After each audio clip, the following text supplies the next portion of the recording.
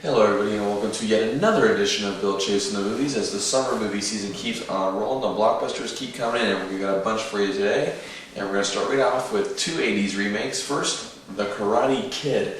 Now this is one of those movies where people, of course, like when Transformers came out a few years ago, or G.I. Joe last year, and we try to forget that one. They ask, is this going to ruin my childhood? Is this going to just kill everything that I ever lived for and had great memories of? Well, my simple answer to that is it shouldn't, because really the title and the main basis of this movie is really the only resemblance I can actually see in this film.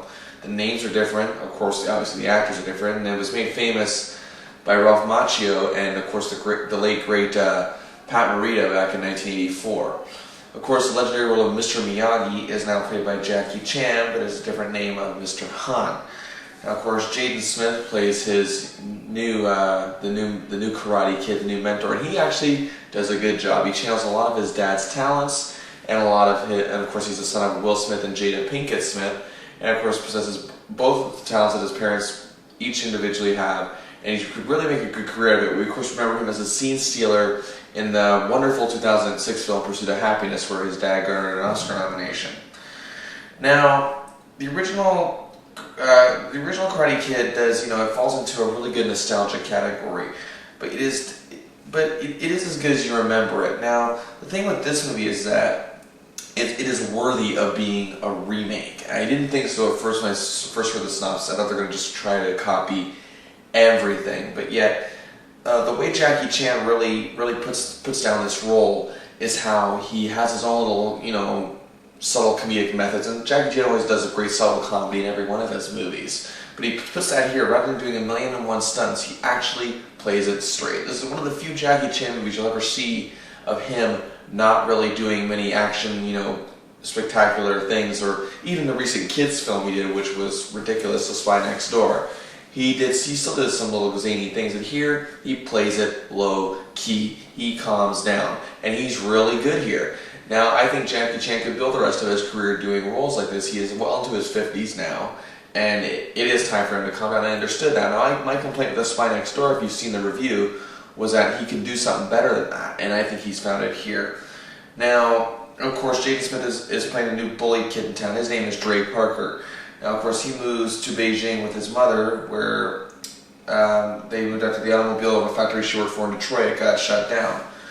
But yet, when she was transferred to Detroit to China, and how that happens, don't ask, she's pretty upbeat about mostly everything, much like the mom in the original film. She's just, everything's going to be fine, yada yada yada. That imperfection aside, and really that's just to be expected in movies like this, it can be overlooked because it's just sort of an underlying plot line that really doesn't drive a lot home. Now, of course, he develops a crush on a girl named Mei-Ling. Now, she is, of course, trained to be a violinist, and, of course, at the prestigious Beijing Music Academy. I don't know if that exists, or never bothered to look it up. But either way, of course, the ex-boyfriend and the bullies don't take it too well. It's hilarious because these kids are not even teenagers, really. But still, it's nice the way it's done. I mean, the fact is kids are growing up too fast, and that's just a reality we have to face. So, let's face it, 11, 12-year-old boys and girls are dating. I mean, I don't necessarily agree with it, but it's happening.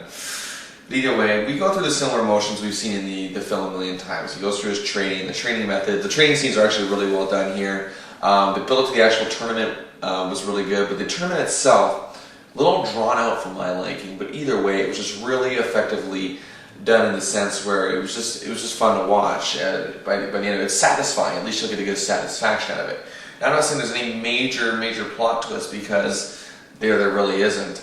But the thing about it is that I just enjoyed watching this whole thing unfold and watching the relationship between Chan and Smith's character really come together. Now, the two had really good chemistry together, and to be surprised, I wouldn't even be surprised if there's a sequel to this remake. And it's not odd that a remake that already has sequels has another remake that already has. Well, we'll have more sequels. Sadly, we're getting that with Halloween these days, but thankfully, this is a good movie that we can get it done with. The Karate Kid is a fun, enjoyable remake experience that only resembles the original slightly. It doesn't really copy it, carbon-wise. So it's a fun experience, and I give The Karate Kid 3 stars out of 5.